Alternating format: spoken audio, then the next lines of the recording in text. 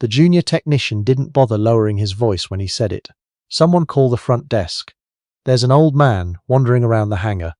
Master Warrant Officer Reginald Crane, retired, 76 years old, wearing a faded canvas jacket with no insignia, didn't turn around. He was already looking at the aircraft. There were 11 of them lined up along the far wall of the maintenance bay at CFB Trenton, Ontario. De Havilland Canada CC-138 Twin Otters, the workhorses that had served the Canadian Armed Forces for decades across the Arctic, the Rockies, and places that didn't appear on any public map. Their paint was chalked and flaking. Their windows were fogged with age. Hydraulic lines had been capped and tagged with disposal notices. Someone had written surplus, pending dissection on a whiteboard near the door, and underneath it, in smaller letters, someone else had added, finally.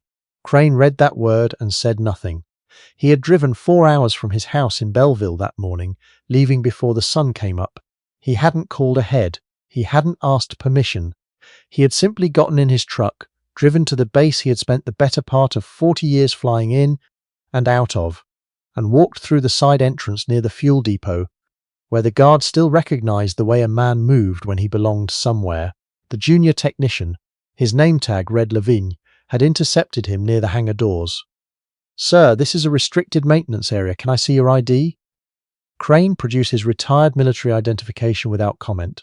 Lavigne examined it with the careful attention of someone who had never seen that particular card before. "You're retired," Lavigne said, as if this explained something. "For 6 years," Crane said.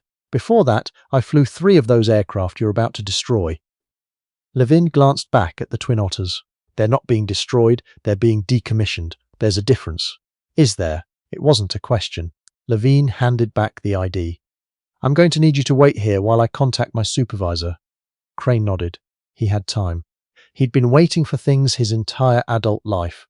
Waiting for weather windows, waiting for clearance, waiting for the fog to lift over the Baffin Island tundra, while his aircraft sat loaded with supplies for a camp that hadn't heard from the outside world in 3 weeks. Waiting for a technician to contact a supervisor was not the hardest thing he had done that week. If you believe that what a man knows shouldn't be buried with him, comment the word legacy before we go further. Reginald Crane had grown up in Petawawa, the second son of a Canadian Army sergeant and a woman who taught school and believed deeply in the value of silence at the dinner table.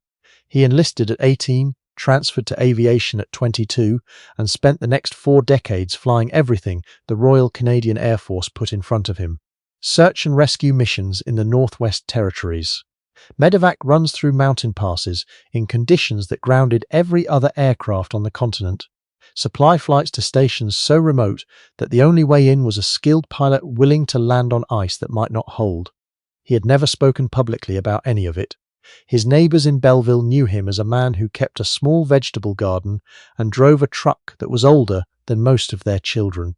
He waved when he passed them on the road. He brought food to the church pantry every second Thursday. He showed up at Remembrance Day ceremonies and stood in the back, away from the crowd, and left before the reception.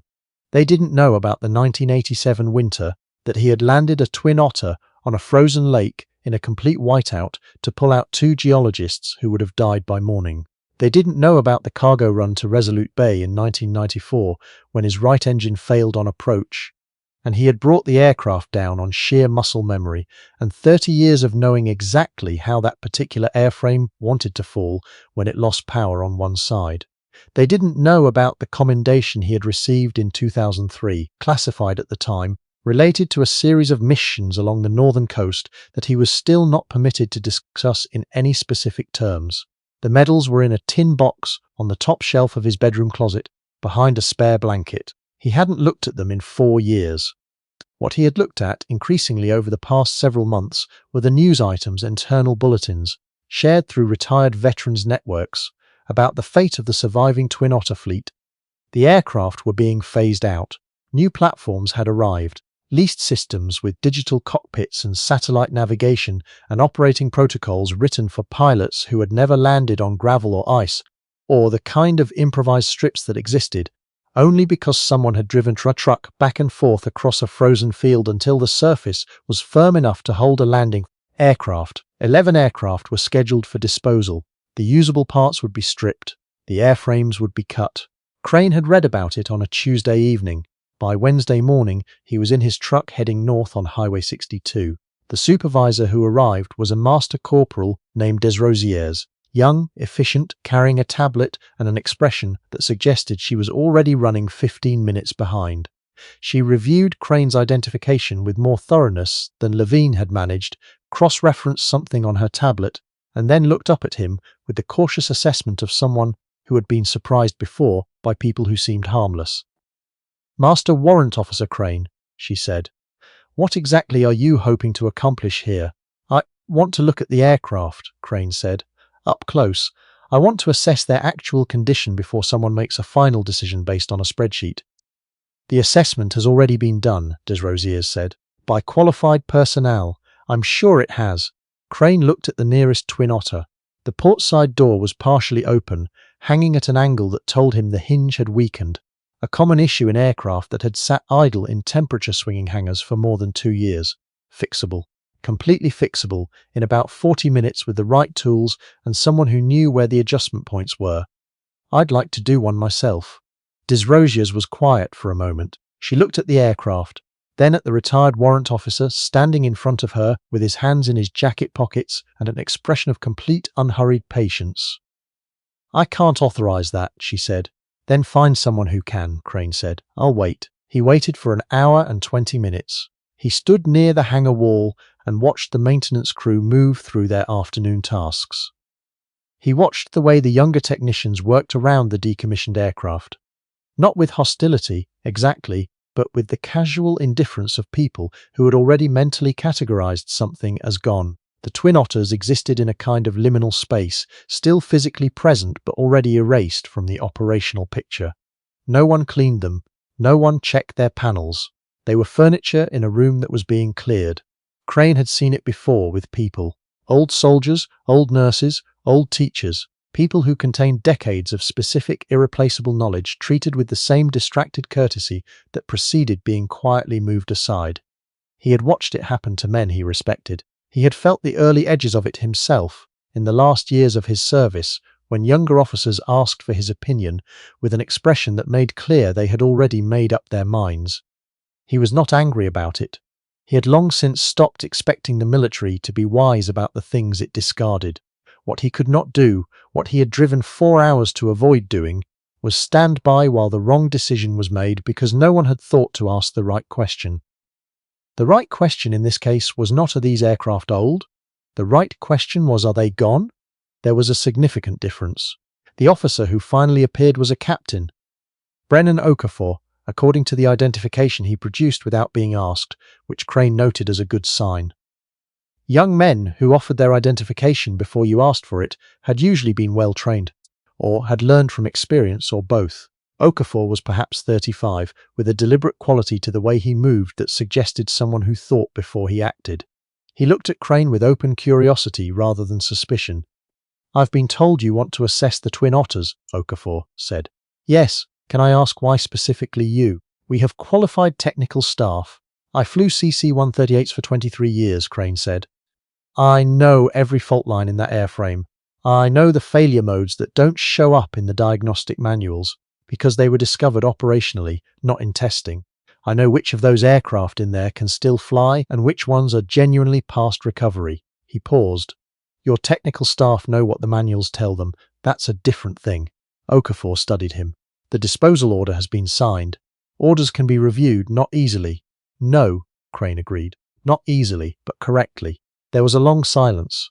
The hangar was loud with the background sounds of an active maintenance facility. Pneumatic tools, metal on metal, the low hum of industrial fans. Somewhere in the middle distance, someone was testing an engine. The sound of it, the specific pitch and catch of a turboprop cycling through its startup sequence, was so familiar to Crane that he felt it in his sternum like a remembered language. Okafor made a decision. 1 hour, he said. "I'll assign Desrosiers to accompany you. You don't touch anything without her present. You don't remove any documentation. At the end of an hour you tell me what you found, and I'll consider whether it's worth escalating." "That's fair," Crane said. He moved through the aircraft the way a doctor moves through a ward. Not quickly, not carelessly, but with the specific attention of someone who knows exactly what they are looking for and where it tends to hide. He opened inspection panels that Desrosiers hadn't known could be opened, running his fingers along wiring harnesses with the tactile fluency of someone who had traced the same routes in darkness and turbulence and temperatures cold enough to make standard tools useless. Most of what he found confirmed what the disposal assessment had said. Years of improper storage had degraded seals, corroded connections, calcified lubricants. There was moisture damage in places that would be expensive to address. But there was also more than the assessment had found. 3 of the aircraft had airframe damage that was structural, actual write-offs, no argument. But the other 8 were in a different category. The problems were real, but they were not mortal. They were the problems of neglect, not the problems of time. There was a distinction, and it mattered enormously. Crane spent the longest time with aircraft number 6, a twin otter that had been sitting at the end of the row with its nose slightly lower than its main gear, giving it the subtle posture of an animal that had been standing too long in one place. He found the issue quickly. The nose gear had developed a slow hydraulic leak that had gone unaddressed, and the strut had partially compressed over time. Not structural, not dangerous in itself, but the kind of thing that, to an inspector who didn't know the aircraft well, could look like the whole nose section was compromised. "This one's been written off for the wrong reason," Crane said. Desrosiers leaned in. The inspection noted potential structural compromise to the forward landing gear assembly. "The forward landing gear assembly is fine," Crane said. "The hydraulic actuator on the strut has a failing seal. It's a seal. It costs about $400 and takes a trained technician 6 hours to replace." He straightened up and looked at her. Someone looked at the nose sitting low, assumed the worst, and wrote it off. "That's not an engineering conclusion. That's a time-pressured assumption." Desrosiers said nothing, but she was typing on her tablet. He worked through the remaining aircraft methodically, Desrosiers noting every observation, asking sharper questions as the hour progressed. By the time they finished, she was no longer walking a step behind him. She was walking alongside. Okafor looked at the notes for a long time. 7 recoverable, he said. 7 recoverable with targeted maintenance, Crane confirmed. Not rebuilt from scratch, addressed specifically. I can write up the specific interventions for each aircraft from memory. Every fault I found, the maintenance procedure, the approximate time and cost, from memory. I spent 23 years with these aircraft, Crane said. The faults I found today, I've seen every one of them before, in some cases multiple times. You develop a different kind of knowledge when you've depended on a machine for your life over decades. You stop seeing systems and start seeing tendencies. Okafor set the notes down. The replacement platforms are more capable. In some ways, yes.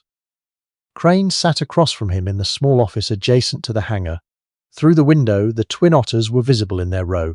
But the capabilities that matter in the north, short field performance, tolerance for improvised strips, the ability to operate in conditions where digital systems become liabilities rather than assets. Those are things these aircraft do exceptionally well. The new platforms were designed for different conditions. They're better in those conditions. They're not better in the ones these were built for. The Arctic operations are a smaller part of the mission profile than they used to be. They will be larger again, Crane said. I'd bet my house on it. Okafor looked at him for a moment. Why? Because the Arctic is what it always was, Crane said. It doesn't become less important because we decide to pay attention to something else for a decade. And when the attention returns, and it will, you'll want aircraft that can actually operate there. Not platforms that need a prepared surface and a satellite connection and ambient temperatures above -20 to function reliably. The room was quiet. Outside, a technician walked past the window, hands in his pockets, not looking at the aircraft he passed. I want to bring someone else into this conversation, Okafor said. Lieutenant Colonel Miriam Thackeray had been at CFB Trenton for 3 years, which was not long enough to have known the twin otters in their operational prime, but long enough to have inherited the question of what to do with them. She arrived at the hangar 20 minutes after Okafor's call, still carrying the folder she had been working from when her phone rang. She was not a pilot. She was logistics, which meant she understood the disposal decision from the side of the spreadsheet. Costs of storage, costs of maintenance, costs of carrying assets that were not generating operational value. Crane understood that view. He didn't dismiss it. What he knew from a career of working in the gap between the logistics picture and the operational reality was that spreadsheets were accurate about what they measured and silent about what they didn't. They measured maintenance costs and storage square footage and scheduled flight hours. They did not measure the institutional knowledge contained in the people who had operated the equipment or the operational capabilities that were difficult to quantify until the moment you urgently needed them. Thackeray listened to Okafor's summary. She read the notes Desrosiers had taken. Then she looked at Crane. "You came here without any official standing," she said. It was not an accusation, it was an observation, and he could hear in it a genuine question. "Why? Someone had to," Crane said. "That's not an answer. It's the only one I have." He was quiet for a moment. "I flew those aircraft out of this base for 8 years. I flew them to places where they were the only reason people came home. I know what they can do, and I know what it costs to rebuild that capability once it's gone. I drove here because I couldn't not." Thackeray set down the folder. She walked to the hangar window and looked at the Twin Otters for a long time.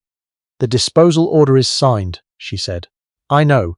Reversing it involves a review process that takes time and resources that my office doesn't have in surplus." "I know that too." She turned around. "What exactly are you proposing?" Crane had thought about this on the 4-hour drive up. He had thought about it carefully because he knew from experience that the people who succeeded in reversing institutional decisions were not the ones who arrived angry or sentimental. They were the ones who arrived with a specific proposal that cost less than the alternative. 7 aircraft are recoverable, he said. The maintenance interventions needed are targeted and documented. I can have the written assessment on your desk by end of week. The total cost of restoration is a fraction of what it would cost to acquire equivalent Arctic capability from any other source.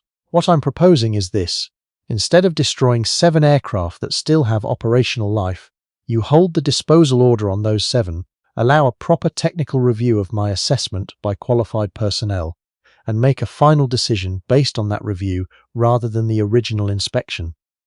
And if the review supports your assessment, then you have 7 aircraft that can fly in the Arctic for another decade, and the institutional knowledge of how to maintain them doesn't disappear along with the machines. He paused. I'm not asking you to reverse the decision today. I'm asking you to give the decision the information it was missing when it was made.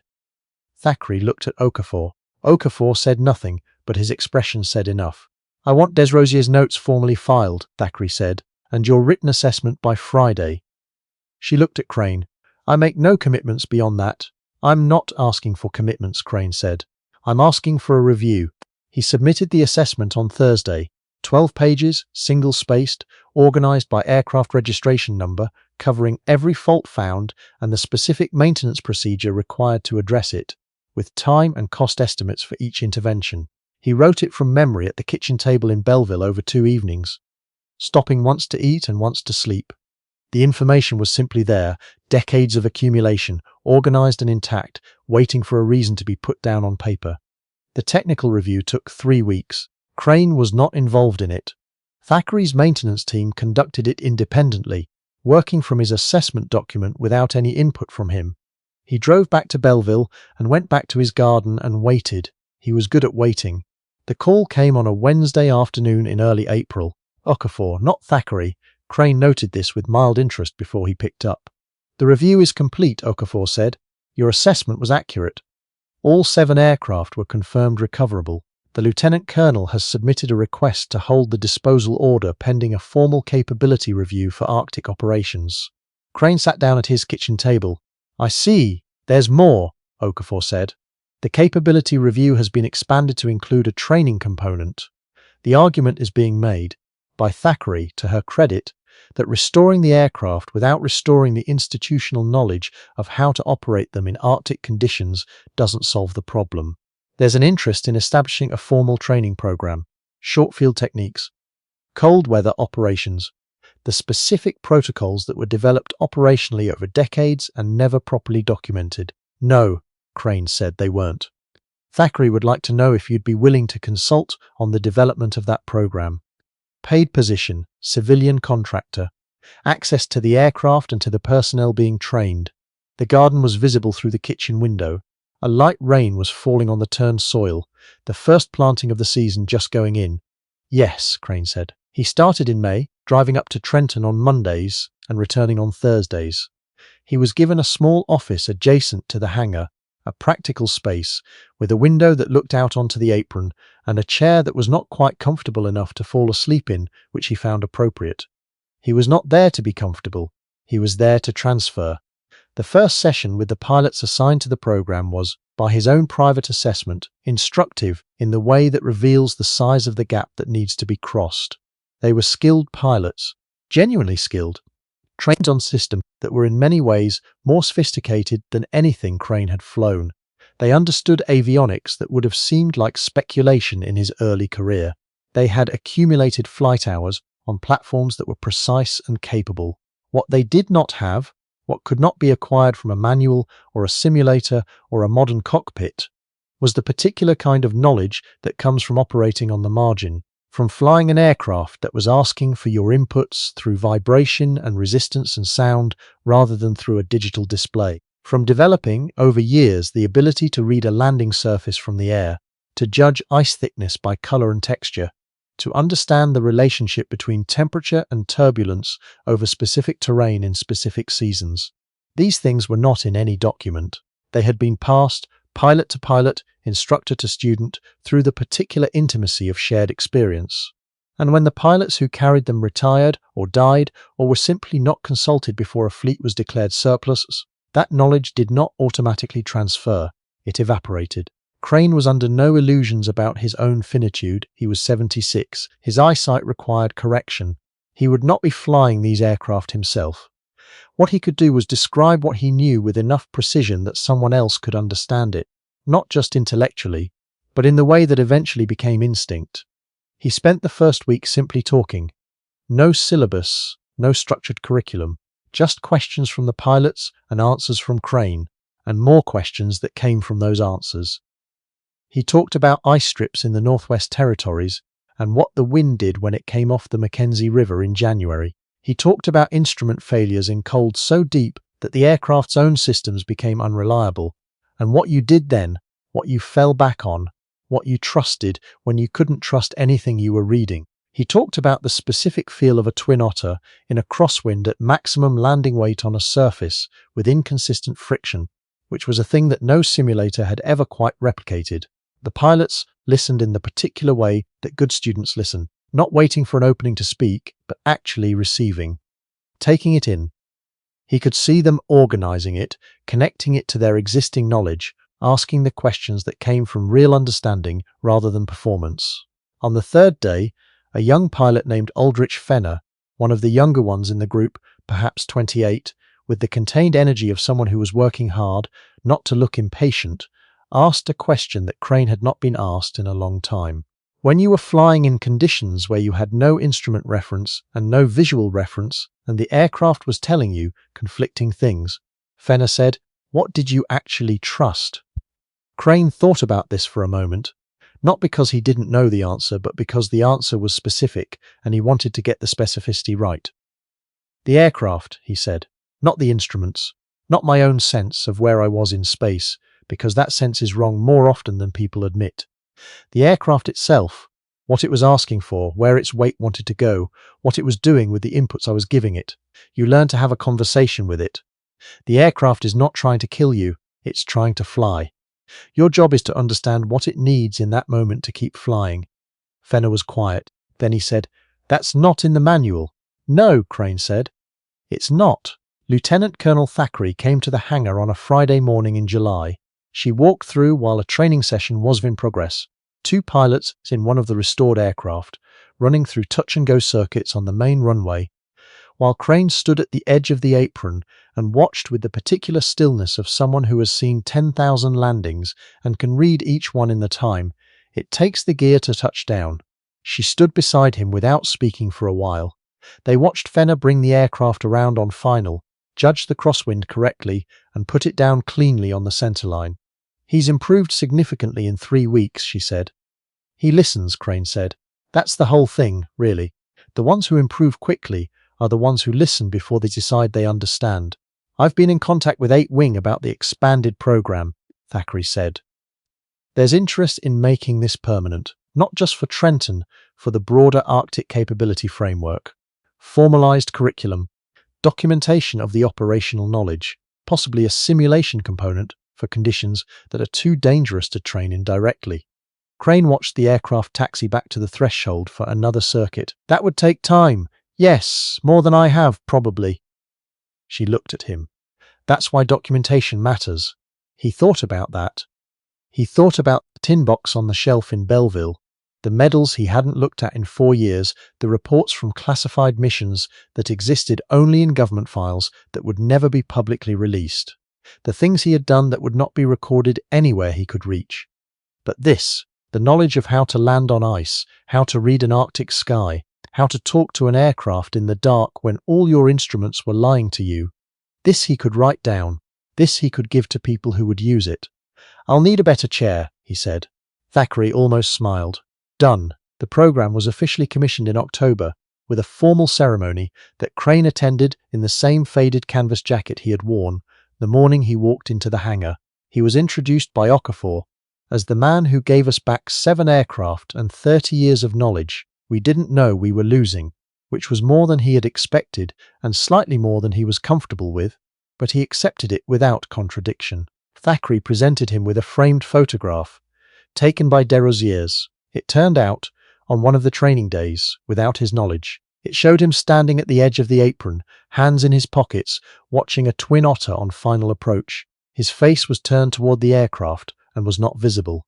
You could see the set of his shoulders, the angle of his attention. You could see that he was not watching casually. Below the photograph, a printed card read, "What a man knows should not die with him." Crane looked at it for a long time. Then he set it carefully on the table beside him and watched the rest of the ceremony. Aldrich Fenner completed the Arctic Operations qualification 18 months later, one of the first pilots in the program to do so. He flew his first operational mission out of Yellowknife in February, a supply run to a remote monitoring station that had been cut off by weather for 9 days. The strip was unprepared, the visibility was marginal, and the surface was ice over gravel with an uncertain crown. He landed on the first approach. Afterward, he was asked by a more junior pilot how he had known the surface would hold. Fenner thought about it for a moment, in the way he had learned to think before he answered, and then he said, "The aircraft told me." The junior pilot looked confused. Fenner found he didn't have a better explanation, and he didn't try to manufacture one. Some things, he had come to understand, were transmitted rather than explained. Reginald Crane retired from the consulting position at 79, when his knees made the Monday drive to Trenton, a project requiring more planning than it was worth. He returned to Belleville. He kept his garden. He took his truck in for a long overdue service, and was told by the mechanic, a young man who had never heard of him, that the engine was in remarkable condition for its age. "You've been listening to it," the mechanic said, meaning it as a straightforward mechanical observation. "Yes," Crane said, "I have." He passed away the following spring, quietly in his own house, on a morning that was just warm enough to suggest the garden might be ready. His daughter found the tin box on the shelf in the bedroom, behind the blanket, and inside it the medals she hadn't known existed, and beneath them a handwritten note in her father's precise, careful script that said, "Only ask Okafor. He'll explain," Okafor explained.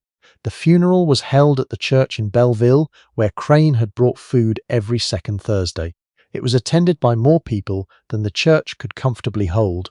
Neighbours who had thought they knew him, pilots who had not thought they'd come this far for anyone, and a contingent of young men and women in Canadian Armed Forces dress uniforms who stood in the back, away from the crowd, and left before the reception, the way he had always done at theirs. The 7 aircraft still fly. Each one carries a small decal near the cockpit door, applied by the maintenance crew without official authorization, and left in place without official objection. 3 words, in the plain block lettering of someone who was not trying to be poetic: listen, adapt, endure.